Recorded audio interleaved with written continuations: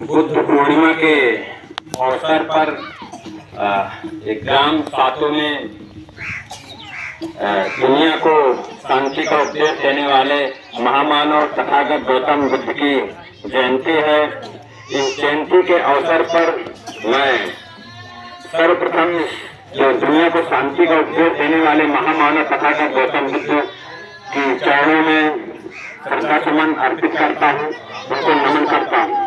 और उसके बाद जो बौद्ध सेवा समिति एक सामाजिक संगठन है, मैं इसका भी धन्यवाद देता हूँ कि जो बहुजन महापुरुषों की विचारधारा को गांव-गांव तक इस संगठन के बैनर तले छोटे छोटे नुक्कड़ सभाएं का कार्यक्रम करते हैं।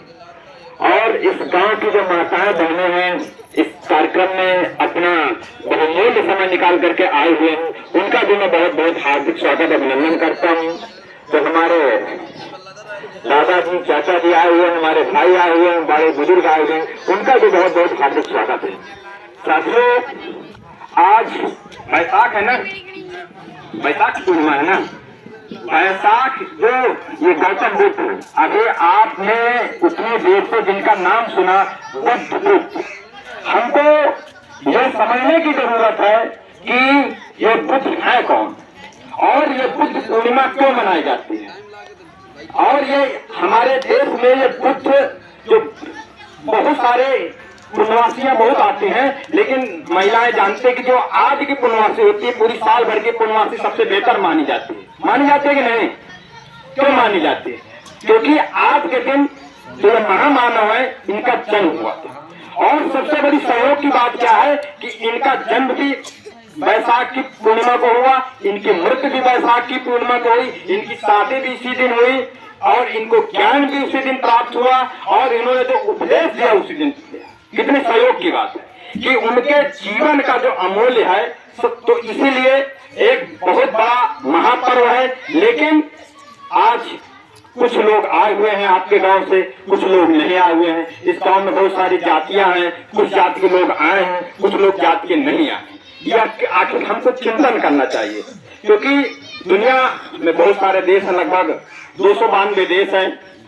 और जब इस देश के प्रधानमंत्री दुनिया के दूसरे देशों में जाते हैं तो यह कहते हैं कि हम बुद्ध की धरती से आए।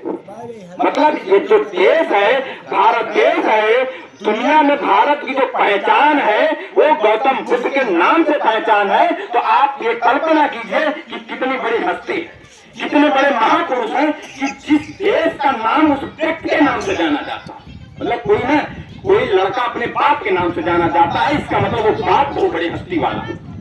तो हमारा देश जो भारत देश है दुनिया में जाना जाता है, गौतम बुद्ध के नाम से जाना जाता है, इसका मतलब गौतम बुद्ध एक अपने आप में बहुत बड़ी हस्ती है। लेकिन हमारे देश में गौतम बुद्ध का जन्म हुआ, लेकिन हमारे देश के जो लोग हैं गौतम बुद्ध को क्या जानते हैं? कुछ नहीं जानते। महिलाएं कुछ नहीं जानते, राम को सब कोई जानते हैं, श्री कृष्ण को सभी लोग जानते हैं, दुर्गा जी को सभी लोग जानते हैं। ये तो जबरदस्ती आज मन चला गया है, बाजा बज रहा है तो महिलाएं आ गई कि हाँ गौतम बुद्ध है, कुछ लोग आ गए, कुछ गीत संगीत हो गए। लेकिन गौतम बुद्ध आखिर है क्या? और बाबा साहब ने गौतम बुद्ध को अपना गुरु क्यों माना? बाबा साहब डॉक्टर भीमराव अम्बेडकर के सबसे पहले जो गुरु हैं तथागत गौतम बुद्ध हैं, दूसरे गुरु हैं संत कबीरदास हैं और तीसरे गुरु हैं ज्योतिबा फूले हैं। जो लोग हमारे बुजुर्ग लोग हैं जो बहुजन मूवमेंट, माननीय कांशीराम साहब का मूवमेंट देखे हैं, उनका मिशन सुने हैं, तो यह जानते हैं कि बहुजन विचारधारा क्या है। आखिर जो पिछड़ी जातियां हैं, ओबीसी की जातियां हैं, मेरा नाम बताया, मैं अश्विनी यादव एडवोकेट, यादव समाज के लोग आखिर यहाँ है, लेकिन क्यों नहीं है? वो आपकी वोट लेना जानते हैं, आपकी वोट लेना जानते हैं, आप वोट चाहते हैं हम राजनीति में स्थापित हो जाए, लेकिन आपके मिशन में आपके साथ नहीं। यह क्यों? क्योंकि देश में जो सामाजिक असमानता है, ऊंच नीच की भावना है, और हर एक वर्ग का जो ऊंची जात का व्यक्ति है वो नीची जात के साथ बैठना नहीं पसंद करता है, उसके पास जाना नहीं पसंद करता है, लेकिन वोट लेना आपकी पसंद करता है। आप सोच लीजिए आपके साथ कितनी दगेबाजी धोखेबाजी होती है। जो लोग ऊंची ऊंची जातियों के लोग आते हैं, आपका काम कराने की बात करते हैं कि हम आपका ये कर देंगे, आपका वो कर देंगे, आप हमको वोट दे दीजिए, हमको राजा बना दीजिए, लेकिन आपका वो सम्मान नहीं देता है, वो आपकी भावनाओं के साथ नहीं जुड़ा है, वैचारिक रूप से आपके साथ नहीं जुड़ा है। क्योंकि बाबा साहब को ज्यादातर दलित लोग मानते हैं, क्योंकि जब आजादी के पहले देश में दलितों का बहुत शोषण होता था। समाज की जो वर्ण व्यवस्था थी, दलित हो या ओबीसी हो, वह शूद्र समाज कहलाता था। शूद्रों को शिक्षा का अधिकार नहीं था, महिलाओं को भी शिक्षा का अधिकार नहीं था, वो महिला किसी भी वर्ग की हो, महिलाओं को कोई अधिकार नहीं था। यदि आज इस देश में महिलाएं घर से बाहर आने को मिल रहा है, तो आप ये धन्यवाद दीजिए कि आपको बाबा साहब डॉक्टर भीमराव अम्बेडकर का जो कानून है, वह आपको कानून है, वो संविधान है, उसने आपको हक और अधिकार दिए कि आप शिक्षित बने, नौकरी करें, घर से बाहर निकले। उसके पहले संविधान जो इस देश में लागू नहीं था, मनुस्मृति थी, इस देश में वर्णवादी व्यवस्था थी, तो महिलाओं का सिर्फ काम था घर के अंदर रहना, चौका चूल्हा करना, बच्चा पैदा करना, उनका और कुछ काम नहीं था। वह एक इतनी गुलाम थी कि वो अपनी कोई बात अपने आदमी से नहीं बता सकती। यहाँ तक कि सती प्रथा का नाम सुना होगा, जो पढ़ी लिखी महिलाएं होंगी।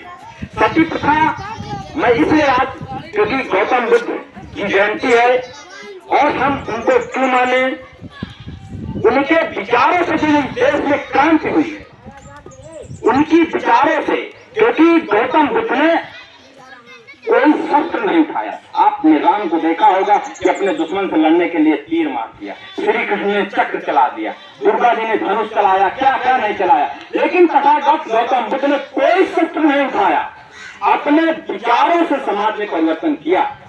तो सबसे पहले तो हमारे विचार में, विचार कैसे आते हैं? विचार महापुरुषों को पढ़ने से आते हैं, महापुरुषों का इतिहास जानने से आते हैं। मूर्ति में माला और विचारों में ताला से विचारों में परिवर्तन नहीं हो सकता है, समाज का परिवर्तन नहीं हो सकता है। आज कुछ समाज के लोग बैठे हुए हैं, कुछ नहीं आए हुए हैं यहाँ पर। क्यों नहीं आए? क्योंकि उनके विचारों में परिवर्तन नहीं है, उनके जो विचार हैं आपके प्रति सही नहीं है।